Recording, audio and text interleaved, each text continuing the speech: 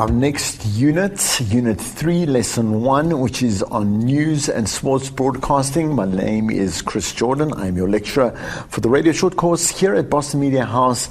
I hope and I know that you have been enjoying it so far. Please note that you have access to us, and that all. I wanted to just quickly add as well. There's a lot of added supplementary material that I have provided with each lesson as well. Some of them might not have extra material, but the most of them do. Please make an effort to go and have a read through them. Try and apply yourself definitely, and make sure that all the exercises at the end of every unit are completed for us to have a look at as well. Okay, great. So we're going to start with this unit. Very excited as usual. And I'm going to go to the first slide. Well, okay, so news. So we're going to couple news and sports broadcasting together, because at the end of the day, it's about journalism. Please note that this is not a full-length journalist or journalistic degree in terms of material and stuff like that. We do broadcast journalism, and we cover this in quite a small space and quite a compressed approach as well, which doesn't mean to take away any of the value of what it is that we're going to be covering. But please, this is not this, like, if you are interested in being a journalist for any station or for print media or whatever it is, please, like that, you would have to head towards completing a degree itself. Okay, so I'm going to start with the first slide over here, and let's just put into perspective. Like in a world that is full of fake news, and everyone always says that, in a world that's full of fake news, and then they go and do some kind of rant or rave or whatever it is about what they're going to say based on that. I really want to say, in a world of fake news, like, it is super difficult for people to actually consume anything that is quite factual. They don't know where to look anymore. They don't care to look anymore. We don't care to look anymore. I'm not going to exclude myself from that, even though I'll tell you a little bit later what I do actually do, and I want you to do it as well.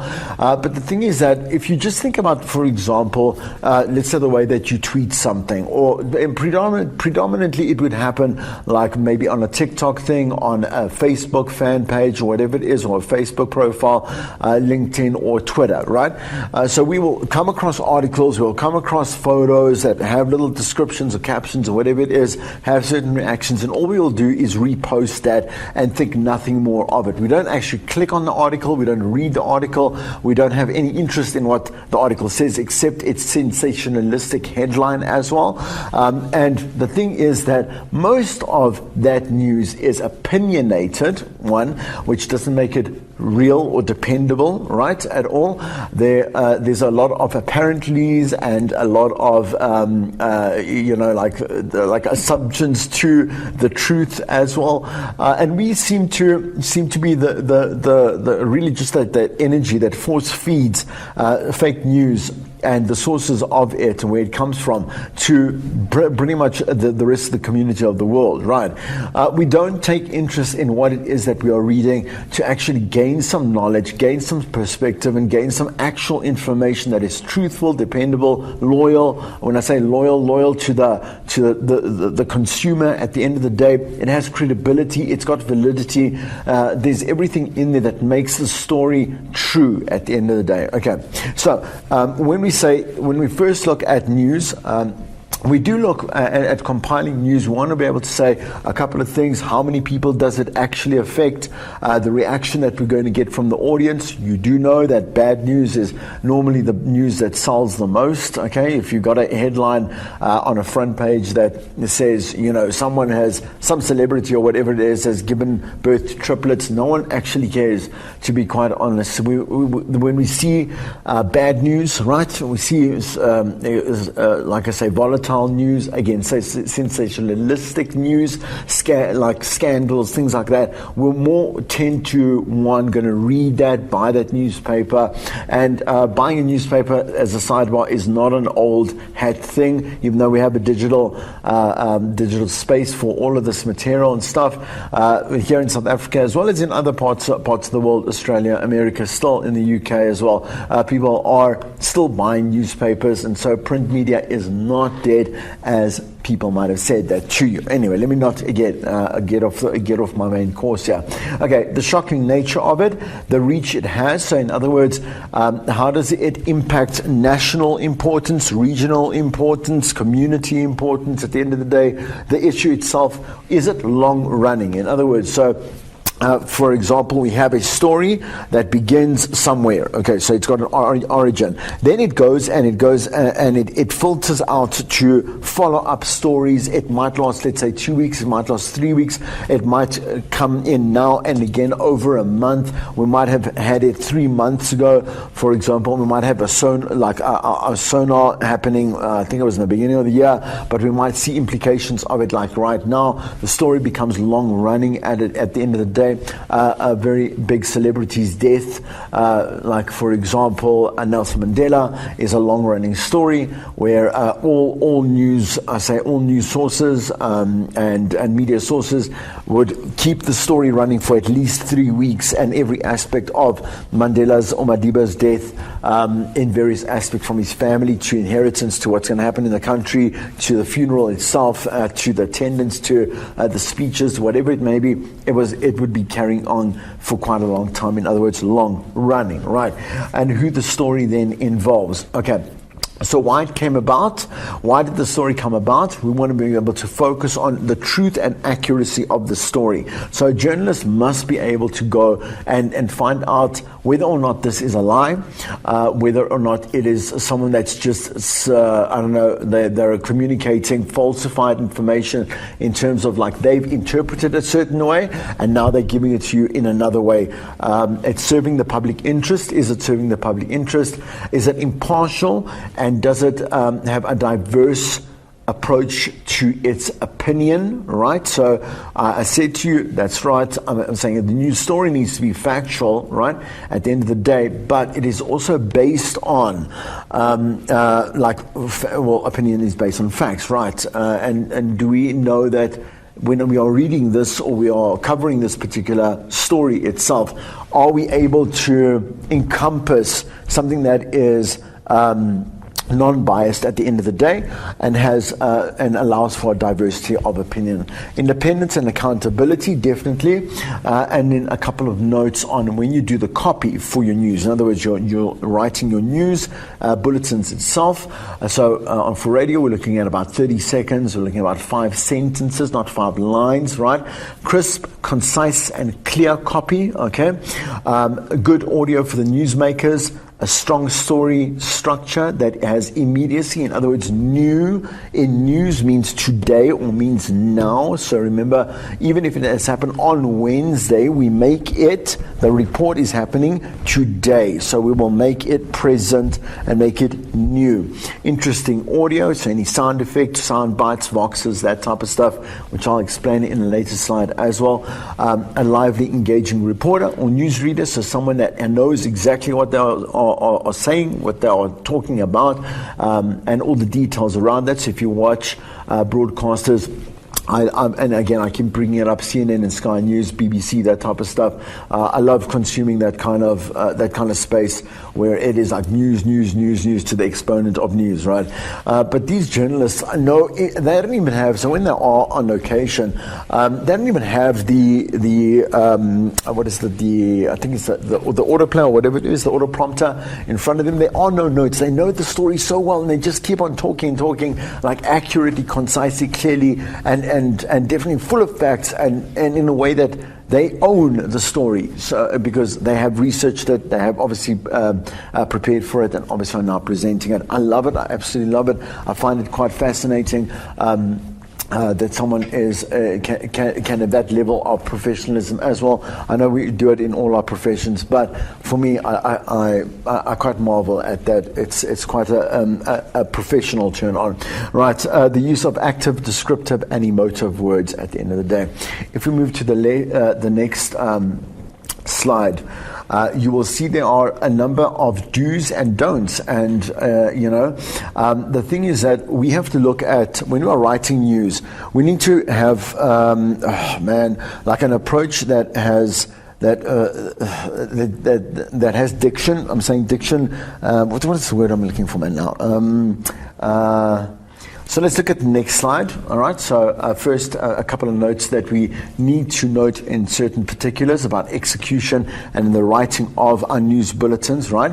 So we have to have an approach to when we're using diction, we're using vocab, that it's quite conservative in the way that we need to know we have a certain amount of words, right, that we can use, okay, and that we don't prolong things. Like, for example, we need to use contractions like don't and can't, and not say do not and cannot. We have to also look again at not making the copy very complicated, so aloof or in any kind of way too technical, using jargon that is a bit of a higher level in terms of the Oxford Dictionary, and so people do not understand or speak that way. We've got to speak the way that obviously the listener does as well. Do not repeat any words. There is no time for that. Do not repeat any facts. Do not repeat, let's say, the full obviously definition or explanation of an acronym. Like if you're going to use it once, then just use the acronym afterwards, etc., etc., etc. Keep it short. Here are some of the pointers, some more pointers. The first line is going to be your lead, your lead writing. So we'll talk about the inverted pyramid in a later slide as well, but it is basically the headline of the story, right? So it is the most important part of the news story itself. You should aim to hook the listener's attention by using this particular lead, okay? This first line, that is going to be the most important part of the story, and then it goes from most important to least important. Your top line should not tell the whole story, so we don't want to be abstract in the way that we obviously deliver news or construct news or whatever it is. But for example, if we are going to talk about, let's say, the petrol price, right, we'll say today or tonight at 12 o'clock, the petrol price will be increasing by 0.6 or 67 cents for what is it, like 93 or leaded or whatever it is, and for unleaded, etc., 95. And diesel will go up by so much and so much and so much, right? So we want to be able to like that, and then obviously underneath that, like we don't know all the reasons as to why the price hike is there. We are going to now obviously elaborate further and further as we break down at the story in the inverted pyramid, and we'll tell the listener what it is that is causing this, this bit of inflation or this price hike, etc. And we'll explain it bit by bit, right? Okay. All right, here are some other pointers as well. It should prepare the listener for a chain of unfamiliar events. So new news makes you surprised. You're surprised to hear new facts and new elements of a story at the end of the day. Lead the listeners to the story line by line, so they should not be lost. When you do write copy, you're going to see that when you read it back, to anyone, they'll be like, they'll show you a bit of a face, they'll kind of scrunch their face and say, I don't quite understand. You went from one point to another, but I don't understand. There's a bit of a Swiss cheese hole in between. And that means you've left out important information. Okay, vary your sentence length to change your pace. So short sentences, I say short as possible sentences, full stop, so that you've got obviously execution, but also remember that the listener is passively listening at the end of the day. So you want them to be able to consume the news fully, right, but in a passive presence that they are actually having at that very moment while they are driving home or whatever it might be, right? So you also need to be able to make sure that that pace is not too fast, that it is very monotone as well. News must not have emotions. It must be just straightforward, straight up, and obviously straight to the listener. And then no use of commas or long sub-clauses, please, because that's just another sentence. That's two sentences made up in one. So just remember that when we are constructing our news story, back again to the concept of the theater of the mind, give them enough information, give them enough facts so they know exactly what's going on, and then move on to the next story. Okay, some more points here as well. So what I want to focus on in this slide is the concept of a sound bite. Okay, so the sound bite is something that, let's say, you would you would hear, so a reporter will talk about, well, a journalist or a newsreader will be speaking and executing and delivering a news bulletin, a news story, and in between they will play a sound bite, which will be about, let's say, about 8 seconds long, maybe 8 to 10 seconds long, and it'll be like, okay, so we're talking about the president's speech, but we wanted to obviously focus on the fact of what the president said about like national security, and then there's going to be this like 8 to 10 second sound bite. Okay, so the sound bites are audio elements that we include into our news. Sound bites can also be used across obviously like your shows or whatever it may be, but because we are in the news segment right now, we're going to focus on the fact that it's a news segment. It's news. It's got its news connection, right? Okay. So for example, there are also so let's look at some of the theory. A soundbite will always bring your story to life and add depth to your bulletin. So you're going to cherry pick the best ones, please. So if you're going to go and find it, you can also go. You go to YouTube, for example. You might have to download, obviously edit that type of thing. You will, I don't know, there's many different sources. Ideally, it's probably coming from YouTube. You could have a service provider that is providing you with the sound bites and also the stories in a raw format as well. A lot of community stations do that. And so I don't want to kind of waste my time or your time explaining more detail about the soundbite. It's pretty straightforward and straight in terms of clarity. Okay, so what is a vox pop? A vox pop is the voice of the popular, voice of the population, right? So the vox pop means that we are, it says a reporter, like I'm a field reporter, I'm going to go out, I'm going to have a conversation with people around, let's say there was a bombing, or let's say like there was a tornado, or there was whatever it is, there was a break-in at a bank or whatever it may be, and now I'm going to do a vox pop. So what I'm going to do, a voice of the population with, let's say, the bank manager, and I'm going to get a statement from that manager. It's not quite like the soundbite. It's something that the field reporter will go out and will go source themselves, right?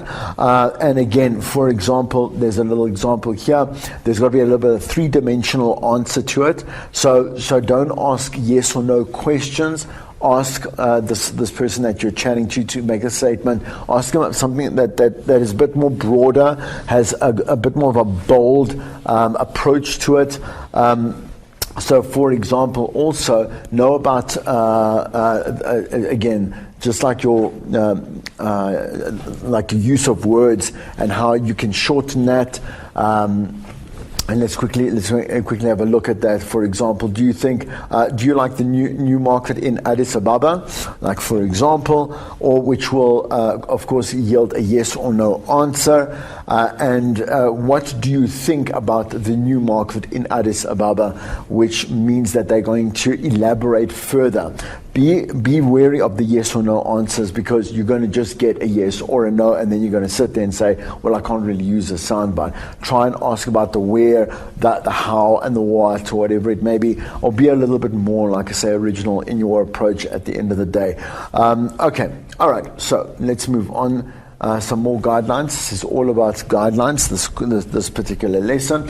Okay, so journaliste, okay, obviously you can tell that it's a French statement, but that means to slam, to slate, to bid on, to infer cash injections, or to talk exaggerations in situations like someone fighting for his or her life. So we do not use journalists in our news reporting, because like you can't say, like that last one is a really good example, like to say like someone's fighting for their life. You do not, like if they are, you haven't spoken to them, they didn't say it themselves, oh, I'm fighting, like it is dramatic, it's got the Steven Spielberg feel, like it's not true. Like you've got to say that they are in ICU, they have been critical or whatever it is, and obviously we're waiting whatever updates there will be, we'll be following them and telling everyone out there, whatever it is. The other one is about tautology, right? So the second is tautology. It's a concept based in the assumption of definitive time. So you can never use the words forever, like forever, or never. Okay, so ever and never within your journalistic copy, right? So your news copy, right? So because the thing is that you have not lived all time to be able to compare this particular experience or newsworthy story to everything that's happened. So you can't say ever, and you can say never. You can't say never because you are not living towards the infinite future either. So tautology, please be careful about that. And then also, like cliches, plain old cliches. Don't use like a sun-kissed beach, because you're not writing fiction. I think it's fiction, right? Yeah, you're not writing a fantasy novel with like some romantic, interaction or that, I don't know, meet cute, whatever it is that people have. Do not use the cliches. It sounds terrible. It is so cringeworthy, and stay away from them. Again, keep it clean. Okay, so just quickly, some formats and packaging. Let's have a look. So written, a 4-paragraph story. So might be 30 seconds. So when you say 4-paragraph in the 30, okay, so let me put it this way. Let's say 4 paragraphs, each 30 seconds, right? So the paragraph, to make it 30 seconds each, must be, again, 5 sentences long. And then again, we might have 4 paragraphs, let's say a top story, top local national story, a top local regional story, an international story, and what we call a tail ender, something that's light-hearted, something of human interest, something of like science or technology or whatever it may be, right? Anyway, okay, so these, I'm just going to quickly go through these ones here. So I've cut, so 4 paragraphs and an audio clip, maybe 3 to 45 seconds, a voicer, so there's a bit of an intro, then the reporter presents 4 paragraphs, art cue, etc., mini packaging, intro, reporter presents 4 parts, right? Okay, one of the 2 audio clips, there's a bit of an out cue there of 45 seconds to maybe perhaps 1 minute and 20 seconds, right? A full package, and then a 2-way. You don't really have to, and I'll put it in there. It's not necessary that you know the differences, but rather just as a note to make to yourself, okay?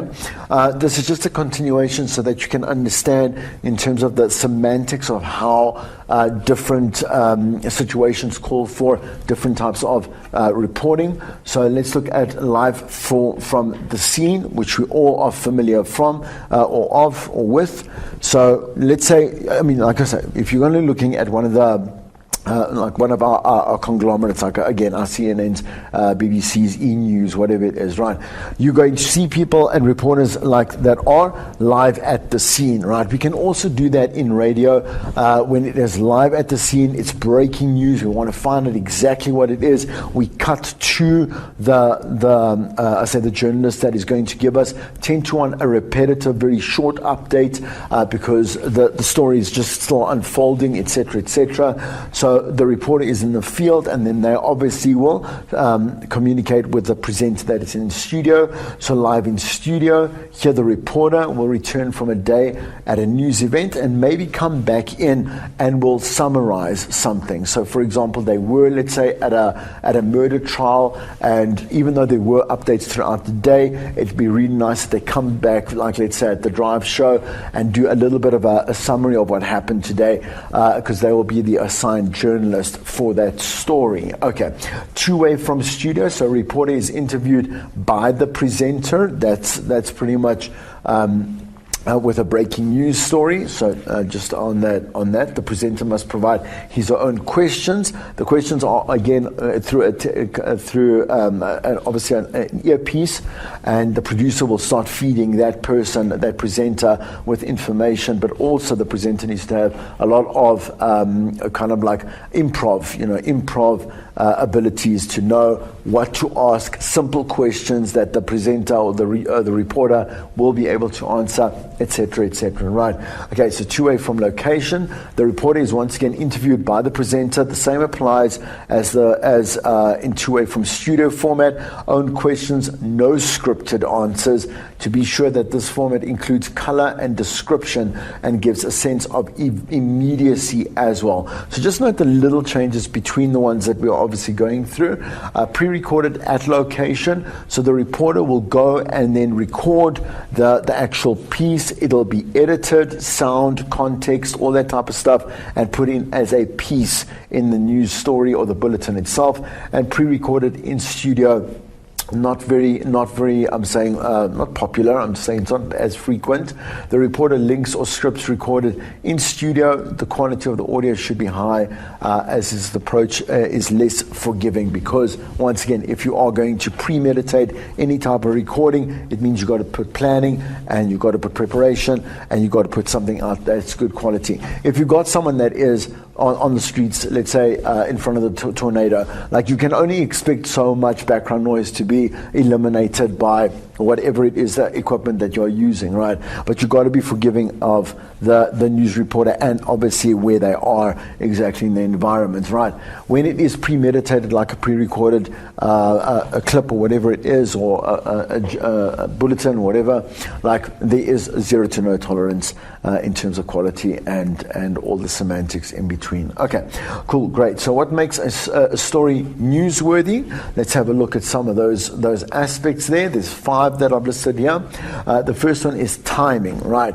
So the word news means exactly that. It means that it is new topics which are current and that are good news, and consumers are using what they're getting to make decisions in their life, you know. So yes, not all news will be something that will influence a decision that we make in life.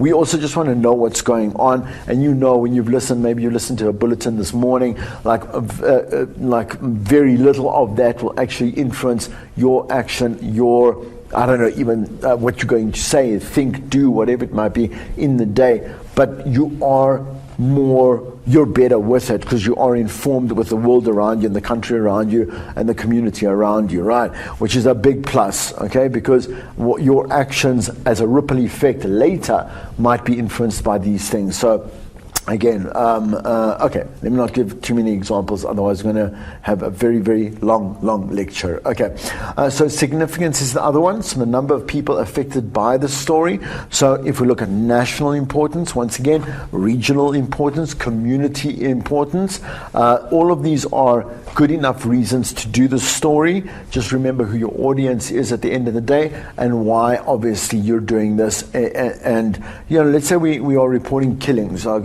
So there's been certain murders.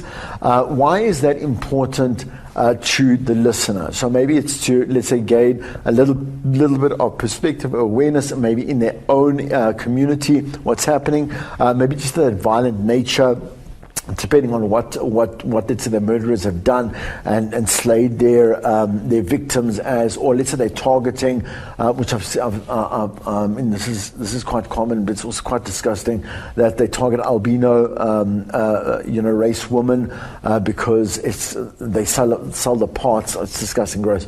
But sell the parts, for rituals and stuff like that. Like you would include stories about murder, quote unquote, because there would be an ulterior motive that speaks of a larger narrative at the end of the day. Okay, cool. All right, significance. Proximity. Okay, so stories which happen near to us are more significant, right? I'm not saying that, so we do need to have world news. Like, we are not in solitude here.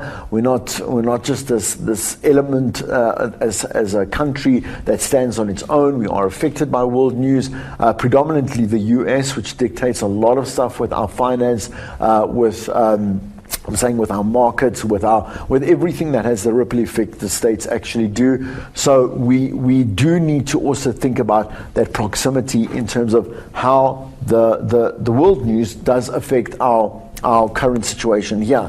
But ideally, like any country, we must report on our news first, and obviously again prominence in terms of, prominence, right? So prominence is the next one. Proximity is what I'm talking about right now. Okay, so prominence is about famous people, get more coverage just because they are famous. So if you break your arm, it won't make the news, it really won't. But if the Queen of England, which, the late Queen of England, broke her arm, it would 10 to 1 make the news, as we've seen many times before. Okay, and then human interest. Okay, so in other words, like delving into the parts of, again, like that make our hearts pound, I would suppose. So for example, a woman does have, let's say, triplets or quadruplets, or I don't know, quintuplets, or I don't know what it is that's called when you go over 8. Or if that is even the right terminology. My point is, if she's got like a lot of babies, 10 to 1, she's going to make the news, as a human interest story. But we could also, again, have, like, for example, they, somewhere in Europe, they managed to teleport an atom for the first time. So they literally broke, like, this time-space I'd say time space. I want to say continuum, but I think that's for a Marvel movie anyway. But they moved an atom from one space to another, and that is massive scientific news, which has a lot of repercussions just in general, because that's super dangerous. But anyway, yeah. But it's really cool. It's nice stuff. It's things that you want to end off your news bulletin with. Okay. All right. Let's move to what I've been chatting to about, and what I've been mentioning here and there about the inverted pyramid of news and lead writing. Okay, so as you can see, there's a basic graphic representation there with the intro, main details, and minor details. The whole concept of the inverted pyramid is that we start with the most important facts, and then we end with the least important but still important facts. So from most important to least important, right? So for example, let's say, I think that in your books there's an example of a woman that was found, she drowned at sea, and they found her body. She's unidentified, whatever it is. Like, the lead to that is that a body has been found, or a woman has been found dead on the beach of Honolulu. I don't know. Right. Okay. So that's a lead over here. The lead is normally dictated by like maybe the how and the when, or the who, or the what, or the they, and we can use them. We can use the answers to those questions inadvertently around and around, I should say. So in other words, not one means that it is more important than the other. You will see from answering those questions about the story that you want to cover, which of those answers will be the most important, or will explain the most as a lead in terms of that inverted pyramid of writing the actual story itself. Let's look at some detail around that. So the pyramid has a broad base and tapers towards its top. The news story is just the opposite, with a broad top and tapering towards the base. Okay, so I mean, that's why we look. Okay, it's an inverted pyramid, right? So the shape of the news story with the broad top and a narrow base is the weight of the news itself. So if you're going to look back at the earlier example in your books, there's a Hahola, sorry, I was going to say Honolulu again. Hahola, a house fire. You should now see that the first paragraph of the news story is the biggest news, right? It's the most important part. It's the one that obviously gets people's attention. It is, again, the most important fact for us to be able to then move forward and further with the story itself. Okay, the first paragraph, which is called the intro, contains the most newsworthy part of the story. The newest, most unusual, most interesting, and most significant, told clearly and very simply as well. Remember, one sentence, one fact, right? 5 sentences, 30 seconds, gives us a bulletin at the end of the day. Okay, for example, here is actually talking about the woman that drowned at sea, and here's the news story. Let me try and get it right in one go. Okay, a Palali woman whose body was found in the sea is believed to have drowned. Police say the 35-year-old woman, whose name has not been released, was an epileptic. Her body was found floating in the sea near Palali, Savai on Monday, and a post-mortem examination will be conducted today. So if you look at, let's say, the format of that, the most important fact around the story was that we found a dead woman's body, at sea or within sea around the coast, whatever it may be. The details are not really there, right? But then the second most important fact here is that police they're trying to identify the body, okay? Or they have identified the body, they're just not going to release the name, but they do know she's 35 years old and she did suffer from epilepsy, right? And then her body was found floating, so we give a little more detail. How was she found? In the sea near Palali, Savai, right? And then a post-mortem is going to be conducted soon. Okay, so not exactly the biggest news story at all, but definitely, let's say in a community, like let's say I'm living in Palali, I would want to know about that. Definitely this woman has a lot of friends, or she's got family, or people would be interested and affected by the impact of this particular news story as well. Okay, but so just understand that the format is very practical, right? You want to be able to make it, it almost sounds too simple when you do it. When you go and you construct the news stories in the second or third lesson, I can't remember now, right? But you're going to use this approach, and you're going to probably write a little bit more substantial news, okay? Just to make sure that the story obviously makes a little bit more sense. But I have also given examples of full news bulletins that we will look at as we go through. So this is what lead writing is about, okay? So there's this example. So lead writing, this is what it's about. I've got an example here, and I mentioned about the who, the what, the where, the when, the how, and the why, and different ways in which we can now approach the lead, right? The lead sentence, the lead of the story, in different ways by asking different questions. This particular story has to do with a school out in Newark Valley, right? Okay, and certain decisions that were made by the Board of Education. So let's go through some of them. Okay, it was about hat banning, so banning hats at the school. So one story. 6 possible leads. Okay, so with who, the Newark Valley Board of Education members passed a resolution last night banning the wearing of hats in all schools or all school district buildings. Okay, so the who. So the who is the Newark Valley Board of Education and what they had done. Okay, so what? If we use the approach of what? Hat wearing was banned. What? Hat wearing, right? Hat wearing was banned in all school district buildings last night after the Newark Valley Board of Education passed a new resolution. Let's look at the example of where. So where? In Newark Valley last night. So give us a location where in Newark Valley last night, the Board of Education passed a resolution to ban the wearing of hats in all school district buildings. The when, last night, okay, the Newark Valley Board of Education passed a resolution banning hat wearing in all school district buildings. The how, by a 6-1 margin last night, the Newark Valley Board of Education passed a resolution banning hat wearing in all school district buildings. Okay, and the last one, which is a why example, citing a pattern of early onset baldness in Newark Valley teenagers, the Board of Education last night passed a resolution that restricts hat wearing in all school district buildings. So I hope you understand. I think you do. And I want you to try this little example here. So it's a story that's very basic. There's certain information that is not important and certain information that is kind of like cluttered around or whatever it is. The example that I want to read through is here. A senior scholar night at Newark Valley last night.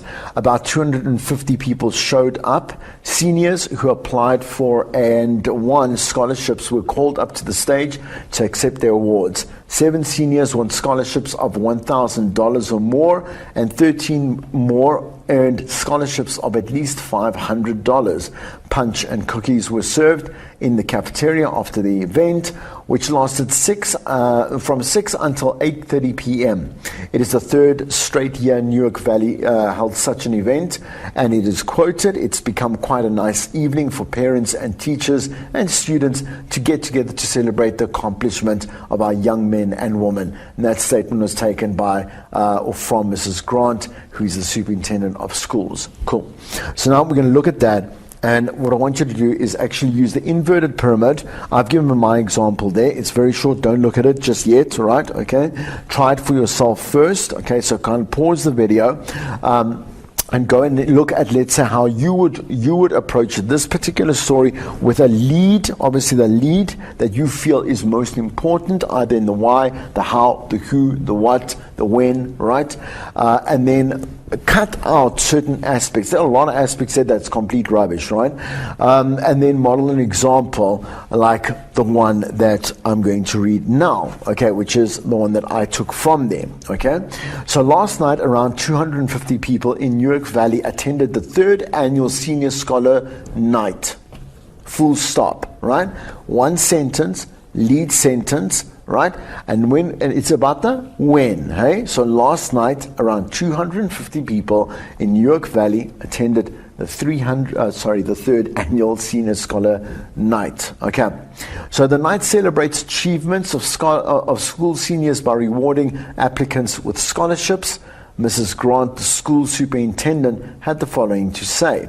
And then I insert a vox, okay, of her actually saying, "It's become quite a nice evening for parents and teachers and students to get together to celebrate the accomplishments of our young men and women." Then I come back to the copy itself.